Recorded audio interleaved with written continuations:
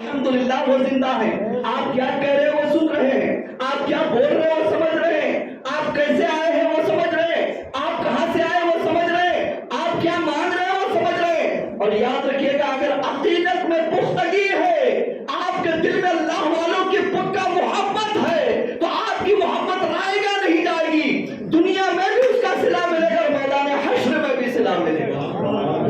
حضرات محترم, میرا آج یہی دعویٰ ہے کہ روح والا اور ہوتا ہے, روحانیت والے اور ہوتے ہیں. روح والے مرنے کے بعد ختم ہو جاتے ہیں, جسم سڑ کر تباہ ہو جاتا ہے, مگر روحانیت والے کا جسم تباہ نہیں ہوتا ہے, وہ مرتے ضرور ہیں, اللہ کے قانون پر عمل ہوتا ہے, قبر میں سلائے بھی جاتے ہیں, مگر صرف ایک آن کے لیے موت ہوتی ہے, پھر ہمیں حسب ثابت زندگی لوٹا دی جاتی ہے. پھر وہ تصرف فرماتے ہیں اور ان کے تصرف میں اضافہ ہو جاتا ہے, اس قدر اضافہ ہو جاتا ہے کہ کتابوں میں آیا ہے, بزرگان دین فرماتے ہیں کہ جسم ہے تو انسان کو قضائے حاجت کے لیے جانا پڑتا ہے, کبھی پیشاب کے لیے جانا پڑتا ہے, کبھی قضائے حاجت کے لیے جانا پڑتا ہے, کبھی بیوی بچوں کے پاس جانا پڑتا ہے, کبھی دیگر ضروریات کے لیے جانا پڑتا ہے. مگر جب جسم ختم, جسم سے روح نکل جاتی ہے اور اللہ والے اپنے مزاروں میں چلے جاتے ہیں, تو قضائے حاجت کی اب ضرورت نہیں, پیشاب پاخانہ کی اب ضرورت نہیں, بیوی بچے کے پاس جانے کی اب ضرورت نہیں, دیگر ضروریات زندگی کی اب ضرورت نہیں. اب اللہ تعالیٰ ان کے پاور کو اور بڑھا دیتا ہے, سارے کام کو چھوڑ کر صرف وہ دین کے کاموں لگ جاتے ہیں, صرف وہ دنیا والوں کی حاجت روائی میں لگ جاتے ہیں, صرف وہ اللہ کی بارگاہ میں, اللہ والے کی بارگاہ میں جو آتے ہیں ان کی مرادیں پوری کرنے میں لگ جاتے ہیں. اللہ تبارک و تعالیٰ انہیں اتنا پاور عطا فرماتا ہے. حضرات محترم, مثل مشہور ہے, واقعہ بڑا مشہور ہے, آپ نے بہت بار سنا ہے. کیا سنا ہے کہ کسی خادم نے پوچھ لیا حضرت صابر پاک سے, اے صابر پاک یہ تو بتائیے فنا کیا ہے, بقا کیا ہے. آپ نے فرمایا ابھی نہیں بتاؤں گا, وقت آئے گا تب جواب دوں گا. کوئی یہ نہ سوچے کہ صابر پاک کو جواب معلوم ہی نہیں تھا.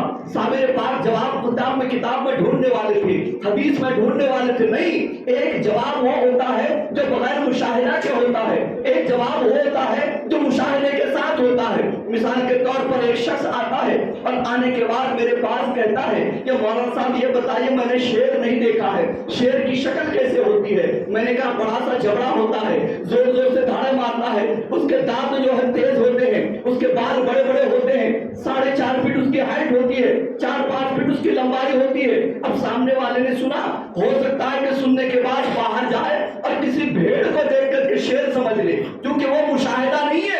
میں نے صرف جواب دیا ہے. اب یہاں پر سیکریٹری صاحب کھڑے ہوتے ہیں, کہتے ہیں مولانا صاحب جانے دیے, یہ سمجھ نہیں پائے گا, ان کو مشاہدہ کرانا پڑے گا. انہوں نے اپنی گاڑی میں اس کو بٹھایا اور کاترج لے جا کر ایسنک پارک کے اندر گھسایا اور شیر کے پنجرے کے سامنے کھڑا کر دیا کہ مولانا صاحب نے جو بولا تھا وہ بھیڑ کے لیے نہیں بولا تھا, اس شیر کے لیے بولا تھا. تو یہ جو جواب ہے مشاہدہ والا, یہ جواب آدمی بھولتا نہیں ہے, بغیر مشاہدہ کے جواب بھول سکتا ہے. تو اس نے پوچھا تھا اے صابر پاک بقا کیا ہے, فنا کیا ہے, بتا دیجئے. تو صابر پاک نے سوچا اسے مشاہدہ کرا دیتے ہیں, جواب نہیں مشاہدہ کرا دیتے ہیں کہ جواب تجھے بعد میں دیا جائے گا.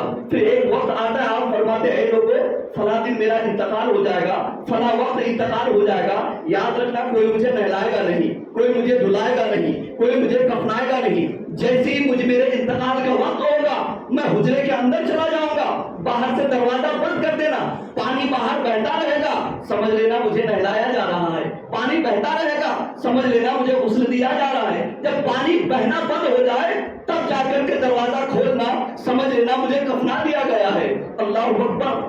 آپ جس طریقے سے کہے تھے اسی طریقے سے معاملہ پیش آتا ہے.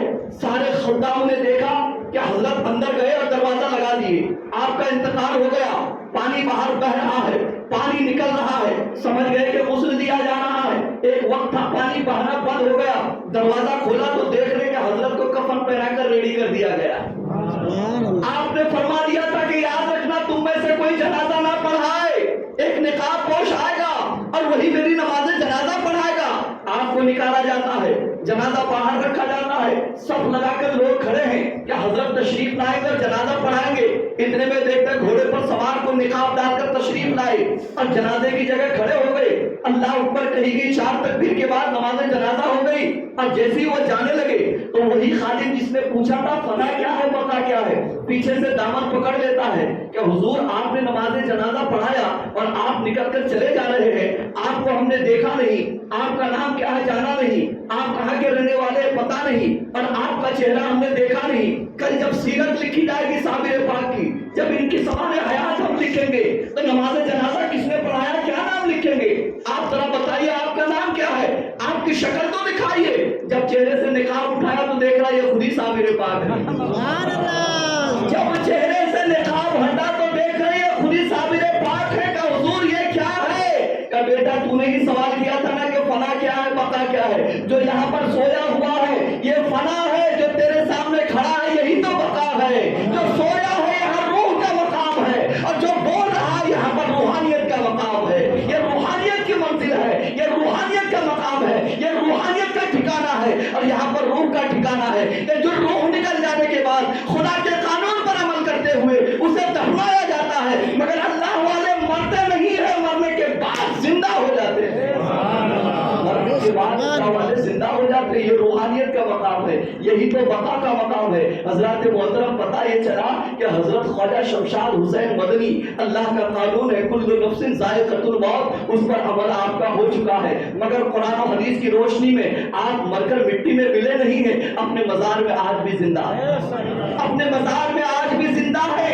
ہماری کمزوری یہ ہے کہ اس دیوار کے باہر کون کھڑا ہے ہم دیکھ نہیں سکتے، ان کا پاور یہ ہے کہ مزار سے دیکھ رہے کہ مسجد میں کون بیٹھے ہوئے، ان کا پاور یہ ہے، ان کی روحانیت یہ ہے، ان کی پہنچ یہ ہے، وہ اللہ کی قدرت سے طاقت سے اتنا دیکھتے ہیں کہ ان کی نگاہوں کے سامنے ہزاروں پردے پڑ جائے، وہ پردے انہیں دیکھنے سے روک نہیں سکتی، وہ پردے انہیں سننے سے روک نہیں سکتے، وہ دیکھ رہے ہیں، وہ سن رہے ہیں، کون کس مقصد سے آیا ہے، کس حاجت کے تحت آیا ہے، کس محبت کے جذبے سے آیا ہے، وہ ساری چیزیں میرے غالبی سرکار کو معلوم ہے۔ الحمدللہ حضرات محترم میں یہی بتانا چاہتا ہوں، روح والے کا مقام اور ہوتا ہے، روحانیت والے کا مقام اور ہوتا ہے۔ حضرت جنید بغدادی رضی اللہ تعالیٰ کے زمانے میں ایک شخص نے خواب دیکھا کہ میں نے عرش اعظم کو اپنے سر پہ اٹھا لیا ہے۔ خواب جتنا بڑا ہوتا ہے آدمی کا تجسس اتنا ہی بڑھ جاتا ہے۔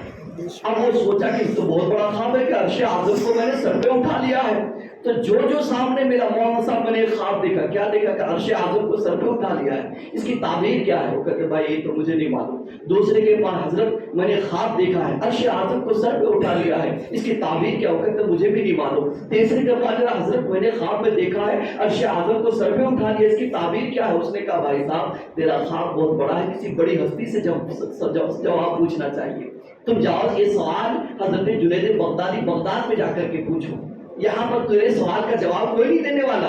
اتنا بڑا خواب تیرا، اتنا بڑا خواب، اور اس کی تعبیر ہم جیسے لوگ کیسے بتائیں؟ جاؤ حضرت جنید بغدادی اللہ کے ولی ہیں، ان سے جا کر کے پوچھو تیرے خواب کی تعبیر بتائیں گے۔ وہ شخص نکلا اپنے ملک سے چلتے ہوئے سفر کرتے ہوئے بغداد پہنچا، اور جیسے ہی بغداد میں انٹری کیا دیکھتا بغداد کا کوئی بھی راستہ خالی نہیں، کھچا کھچ بھرا ہوا ہے۔ اب یہ پوچھتا بھائی صاحب کوئی میلہ ہے بغداد میں؟ اتنی بھیڑ لگی ہوئی ہے۔ لوگ کہتے ہیں میلہ نہیں ہے، تجھے معلوم نہیں؟ کہ نہیں میں یہاں کا رہنے والا نہیں، باہر سے آیا ہوں۔ کہ حضرت جنید بغدادی کا انتقال ہو گیا ہے، لوگ ان کے جنازے کو کندھا دینے کے لیے بھیڑ لگی ہوئی ہے، ایک دوسرے کے کندھے سے کندھا چھل رہا ہے، ہر کوئی چاہتا ہے کہ اللہ کے ولی کو کندھا دے دے، اس لیے یہ بھیڑ لگی ہوئی ہے۔ اب ٹھک سے دل میں ہاتھ رکھا اور پھٹ سے زمین پر بیٹھ گیا کہ یا اللہ یہ کیا ہوا؟ جن سے میں نے تعبیر پوچھنا چاہا وہ دنیا چھوڑ کر چلے گئے، تو اب میرے خواب کی تعبیر کون بتائے گا؟ بڑا پریشان ہوا، اسی پریشانی کے عالم میں کھڑا ہوتا ہے اور پھر دامن جھاڑ کر کہتا ہے کیا بات ہوئی؟ حضرت کا انتقال ہو گیا، اتنی بڑی نیکی میرے لیے کیا کم ہے کہ میں بغداد پہنچ گیا، حضرت کے جنازے کو کندھا تو لگا سکتا ہوں، نہیں کچھ کر سکتا تو حضرت کے جنازے کو کندھا تو لگا سکتا ہوں، یہ کندھا لگا دوں گا، سمجھ لوں گا کہ اللہ نے یہی نعمت میری تقدیر میں لکھی تھی اور خواب کی تعبیر نہیں لکھی تھی۔ یہ سوچ کر کے چیختے پھاڑتے ہوئے لوگوں سے بیچ سے گھس کر کے پہنچتے ہیں اور جانے کے بعد جنازے کو کندھا دینے کی جگہ نہیں تو بیچ میں گھس جاتے ہیں اور گھس کر اپنا سر جنازے کو لگا دیتے ہیں. کہتے ہیں حضور آپ سے ایک خواب کی تعبیر پوچھنے کے لیے آیا تھا کہ آپ یہ مجھے بتائیں کہ میں نے عرش اعظم کو سر پہ اٹھا لیا ہے, میرے خواب کی تعبیر کیا تھی؟ تو جنازے کے اندر سے آواز آتی, نادان یہی تو تیرے خواب کی تعبیر ہے, نادان یہی تو تیرے خواب کی تعبیر ہے. قلب المومن عرش اللہ, مومن کا دل عرش الہی ہوتا ہے. تو نے جنید بغدادی کے جنازے کو سر نہیں لگایا ہے, عرش الہی کو سر لگا دیا ہے.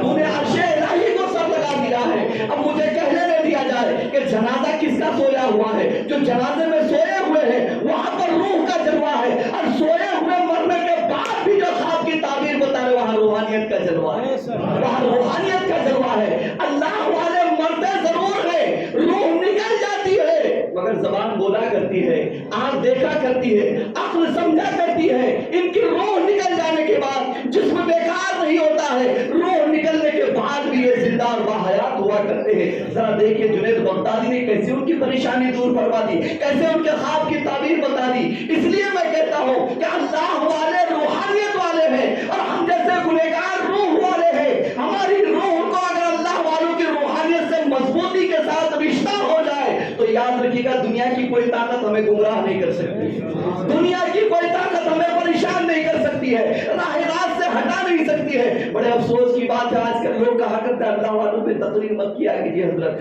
اللہ والوں کی گفتگو مت کیا کیجیے, اللہ والوں پر خطاب مت کیا کیجیے, یہ فلاں صاحب کی تقریر نہیں ہونی چاہیے, یہ فلاں صاحب کی تقریر نہیں ہونی چاہیے. میں کہتا ہوں نادان, جس دن ان کا ذکر بند ہو جائے گا اس دن قیامت آ جائے گی. جس دن ان کا ذکر بند ہو جائے گا اس دن قیامت آ جائے گی. آج حکومت ہمیں تباہ کرنے کے لیے جس طرح ایڑی چوٹی کی زور لگا چکا ہے, اگر اللہ والے ہندوستان میں نہ ہوتے تو ہمارا نام و نشان مٹ جاتا. تو اللہ والوں کے دم قدم سے ان کا فیضان ہے کہ کل بھی مسلمانوں کا بول بالا تھا, آج شکنجہ کسنے کی کوشش کی جا رہی ہے پھر بھی ہمارا بول بالا ہے, اور قیامت آ جائے گی اسلام کا بول بالا رہے گا, کوئی ہمیں مٹا نہیں سکتا. یاد رکھیے گا کیونکہ اللہ والوں کے قدموں میں ہم پڑے ہوئے, ان کے در سے ہمیں